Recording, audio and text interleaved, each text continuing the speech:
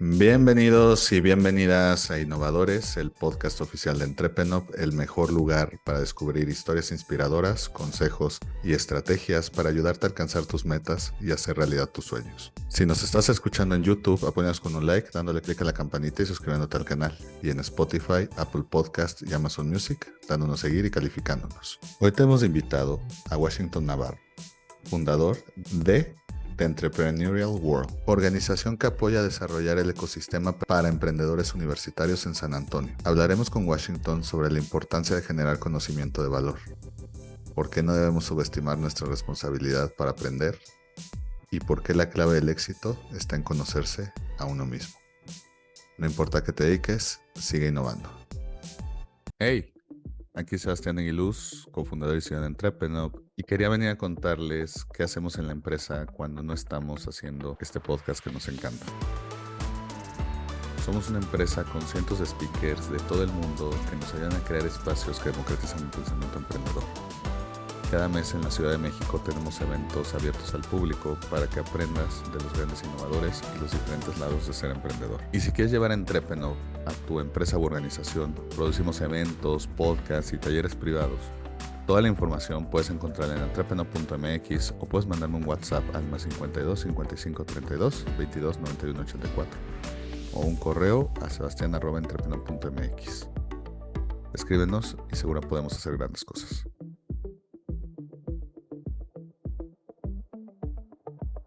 Hola, muy buenas tardes y bienvenidos a otro episodio de The Keep It Up Show. Aquí Sebastián Aguiluz, cofundador y CEO de EntreprenUp, y estoy aquí con Washington Navarro, CEO y fundador de The Entrepreneurial World. Por el resto de esta entrevista la vamos a hacer en inglés, entonces, pues, perdón en inglés, pero pues nada, le voy a dar la bienvenida a Washington.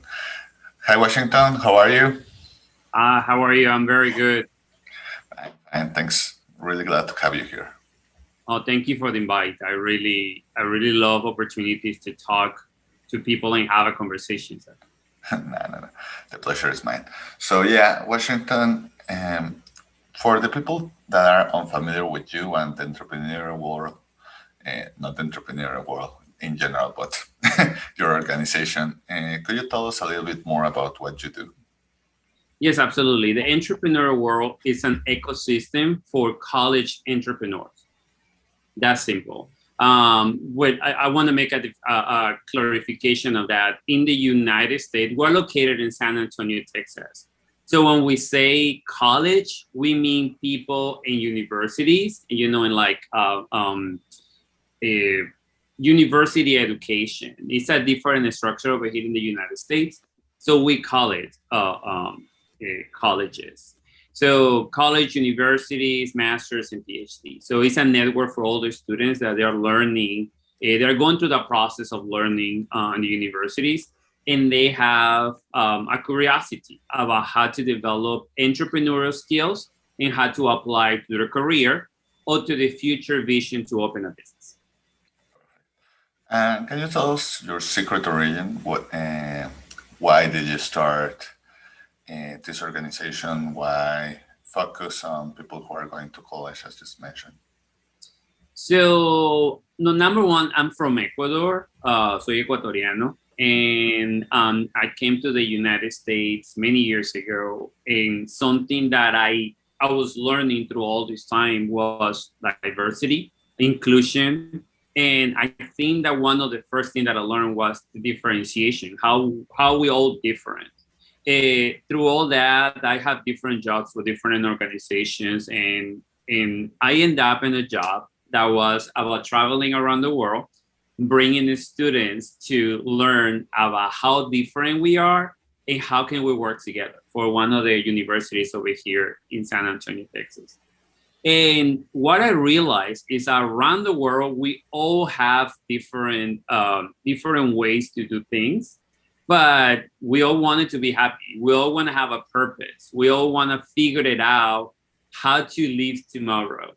And something also that I learned to this position is that a lot of people follow a career without knowing actually how they're going to use it. And it was the opposite for me because I always wanted to be a business owner. Actually, many years ago, I wanted to be a fashion designer. And because I wanted to go back to school and open my own label, I understood that every class that I was taking, it was a skill. And that helped me to excel in my school. I was never about the grades. It was all about what I was learning. And when I transferred from the 2-year college to the 4-year universities over here in the United States, a lot of my classmates did not continue their education. And is this a stigma that everybody say, well, you don't need a college degree to be an entrepreneur? I agree, but I disagree. You still need education. So the college, it shouldn't be about you getting a paper. Sadly, it is in many places. But when you actually learn what are you taking that class for and how you can use it in your own benefit, your education is way better. So the fact that many students didn't pass with me to the university and I see that they were left behind is what helped me to start thinking about how to bring the same vision that I have. And that's how the entrepreneur world was created. Why do you think the stigma of education and having a proper education has changed so much? Is it just because we have so many, well, not so many, but it feels like many stories of the dropouts, or is it because knowledge is more accessible right now and you don't have to pay a lot of money for proper knowledge, although, yeah, for education? Or is it just that there's this collision between, as you mentioned, like the system tells you that you have to have good grades, but the grades mainly show that you learned the information and not so much that you understood it or that you can apply it on the real world?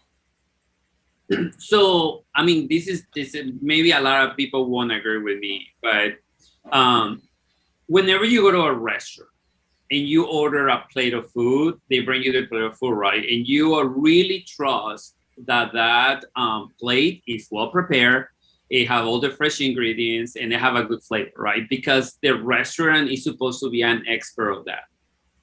The job of the universities and the colleges and any educational institution is knowledge. It's not to solve our future.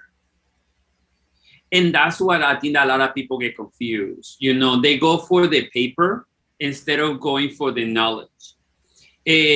Now, at this point is when it gets very polluted because it's different organizations, it's different institutions, it's different places that you cannot have this conversation. Every single class I was getting into, I asked the professor, what I'm getting with this class? What is the knowledge that I'm going to be taking from this interaction for these 16 weeks that I'm going to be hanging out with you for 2 hours a week? In one of my first professors, he told me that was a marketing class. His name is Jorge Peña. He's a professor from Spain. And he said, look, if you're going to speak a language, you need to learn the vocabulary. Right, so if you don't learn the vocabulary later on, when you're going to go to the other classes, how are you going to know what they're talking about? Right, because in my mind as an entrepreneur, I was like, hey, show me how to do things. Show me how can I get this thing faster. Well, it takes time, it takes vocabulary. So he when he told me that, I did okay in that class, but I understood what is the purpose of each class. Right. Also comes to this. I went to school a little older, so I was more like, hey, what I'm getting from my money, like you're not doing me a favor. This is a business. Knowledge is a business. Colleges are a business, right? And somebody paid, whether are the taxpayers or whether is, in my case, like we pay out of pocket or we got loans or wherever that goes to. So I think that sometimes the professors, they need a reminder, like they're providing a service, right?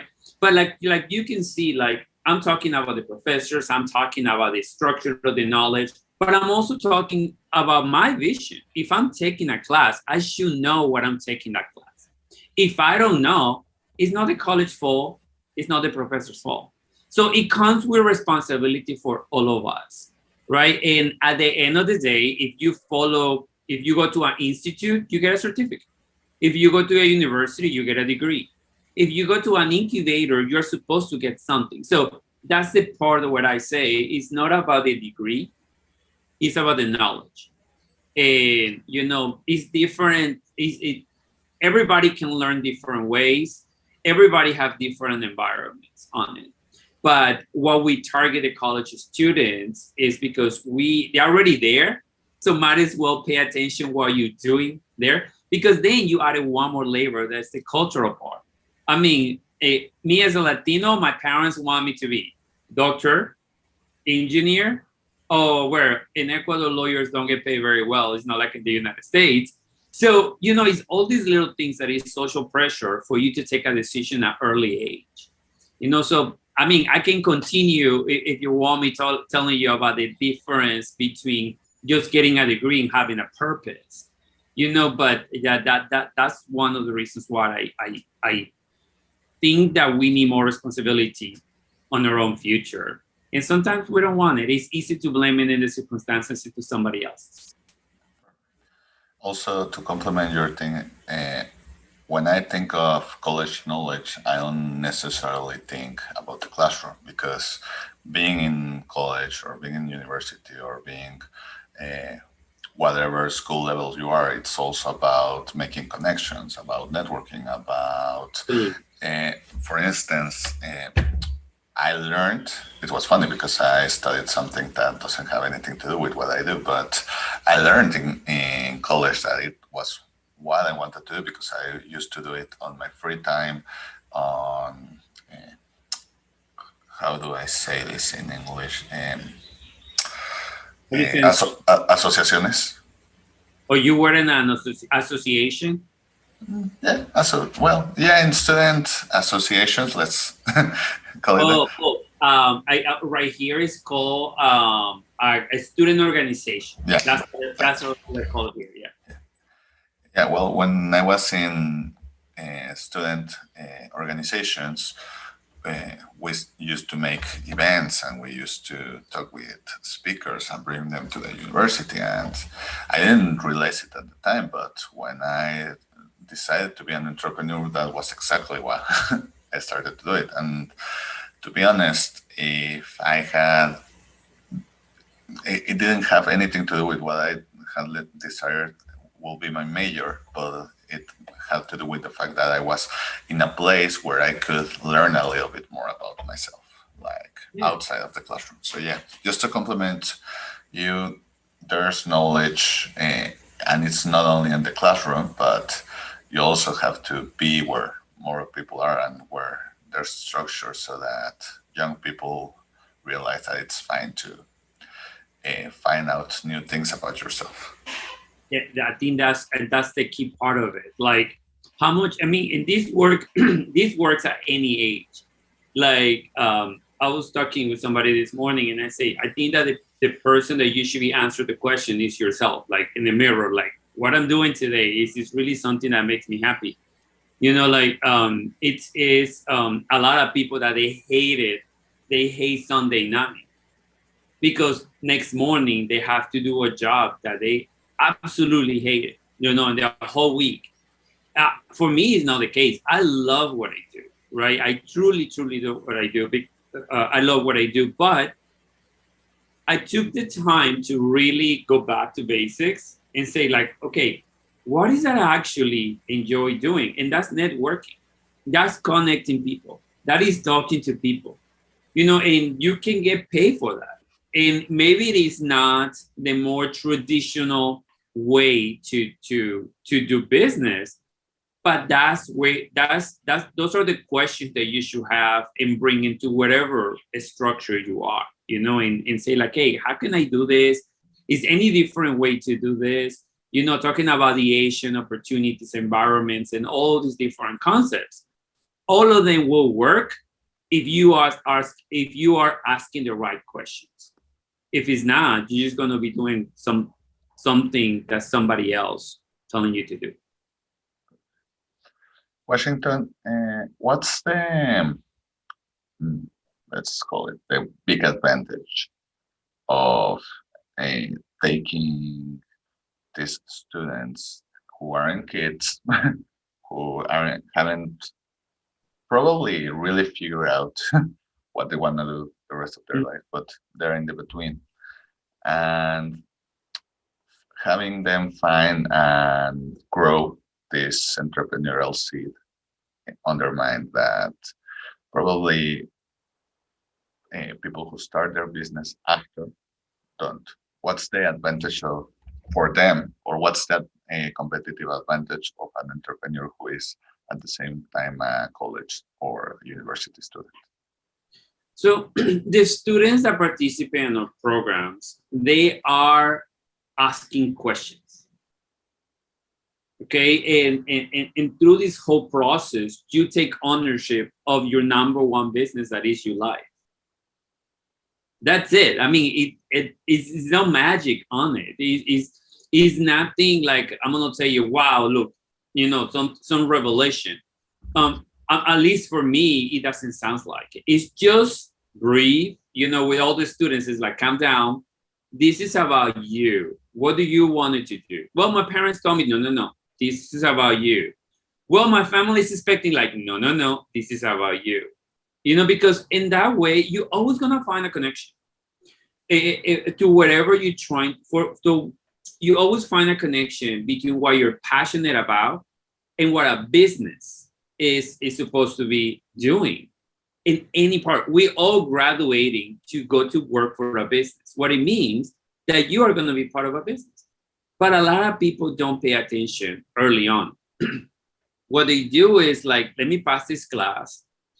Let me, they're forcing me to take this. They're forcing me to take that. It's not that. Nobody's forcing you. But it's you, the one that have to do that self-search. So whenever they go through all this process, it's all about them. Like how this structure is going to help you. What is the message that has to develop for you? How are you going to present yourself? Negotiate about your benefits. What is, it's all about them. And then when they finish, their businesses, they're not, they're college students. They're not going to have like a wow idea. But their lives, I'm like, you know what? Maybe I should try this. Maybe I should take that one of those elective classes that I have and try marketing, finance, in global businesses, whatever that is. But I think that, like you say something very important early on. Whenever you were in college and in the university, you were related to other people and you start questioning yourself and be curious about it. That's the success of what we do. Through all the process, we help them to interact with other students, have these conversations that sometimes are hard to do, but in a safe environment. So then whenever they have to negotiate for themselves and battle for themselves and look out for their future, they're ready.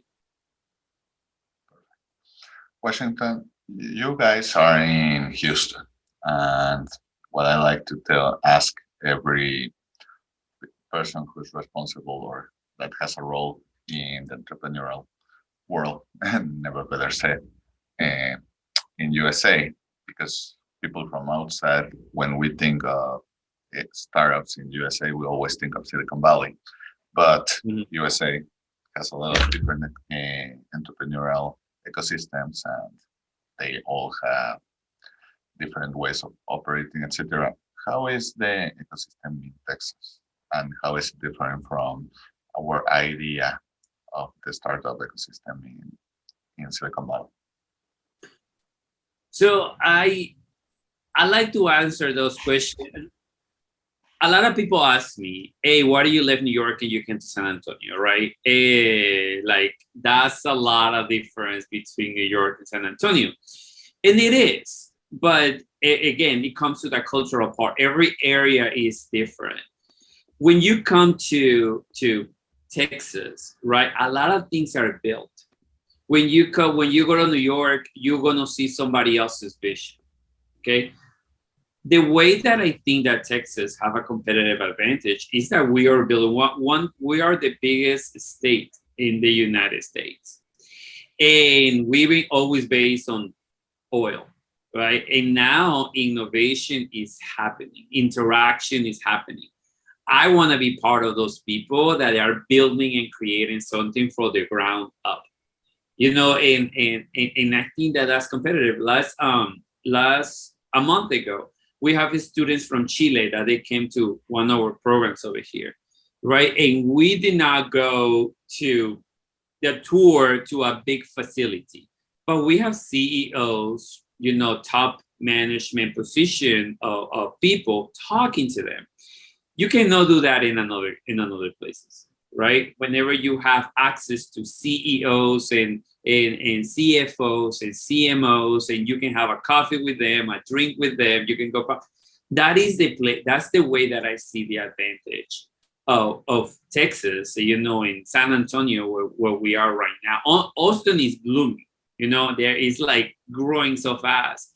And I remember when I came to Texas, Austin was big farms around, like truly. I used to ride my motorcycle through those fields, right? And now look at how big it is. That's how I see the potential for San Antonio, for different places around the United States, and for different places in Latin America also.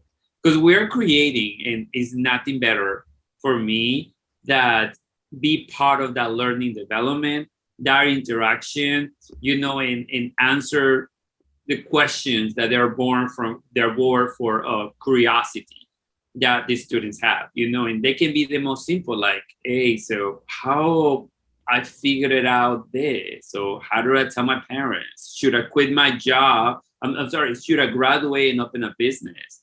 You know, what the answer is no. Like for college students, I always say, hey, make somebody else pay for your experience and then open a business, right? It's part of that structure. And I think that we are well positioned to offer that. Start wrapping this up. The last question we always do on the Keep It Up show is 3 do's and 3 don'ts for entrepreneurs. Basically, 3 things they should do and 3 things they shouldn't do. Mm-hmm. So what are your 3 do's and 3 don'ts? Well, you say 3,000, right? Yeah, 3,000. Yeah. 3,003, actually. Yeah. let's start with the last 3. So the things to do, I say, learn. You know, just learn. Be open-minded, and I always ask the right question. Like, and that brings you to that situation to learn. When somebody have a different position from you, a different point of view from you, just learn. Say, why? What make you think that way? Can you please let me know? Because you will take so much from it, and it will help you to grow. Second is connect. You never know when are you going to be able to help somebody. Something that we do in our programs is not what you can get from somebody else's. It's about what you can contribute to your ecosystem. So always connect and see how you can be helpful. And the third, whenever you figure out all these things, concentrate on something that you love to do. The reason why the Entrepreneurial World is a network for college students is because that's what I'm good at it. That's what I love to talk. That's the people that I love talking to, you know, because they have fresh ideas. They have really good different point of views. They're not polluted by the you know, when you leave college and start working. So that's what I like to work with them. And what not to do, don't be a solopreneur. Like, and I'm telling you this from a point of experience. It's better when you go through this ride with other people. Okay. And whenever we do our programs, that's the number one thing that we wanted to do. We prefer for the participants, right? Because we form in groups of 5. We prefer for the participants to have a 20% of something to 100% of nothing. Okay. So once you figure it out and you become successful and you move on, you sell it or whatever, you can start growing on your own. But don't close yourself that opportunity. And I think that a lot of us, especially culturally, we are very fearful to say, like, this is what we do, this is what I'm trying to do, because we think that somebody is going to take the idea. I mean, I spent so many years traumatized about that. It's not worth it. You know, if you're good at something, you're going to be the best of that. So calm down, you know, and find the right partnership. The second is don't get in debt to try. Okay, you say something very important about technology early on. Right now with technology, we can learn about our customers, we can get statistics, we can get information, we can have conversations, interview information. So if you have an idea, please do not get in debt to try to spend money trying to learn something, because that means that you're expending money, you're burning your money instead of really thinking out of the box. Okay. I think that's key, because a lot of people say, oh, I cannot do that, I don't have the money to start. Yes, you do, one way or another one. And the other one, I think that I repeat this one, is like, just don't stop yourself from learning, from listening to somebody else's. I think that I'm repeating on that one. But do not stop yourself from learning when you listen to somebody else, right? Something that we do a lot is like, we want to prove that we are right and that we are in the right position, on the right mindset. I say like 9 out of 10, we are for our environment. But if you are in a different environment and you're asking the same question, the answer is going to be different.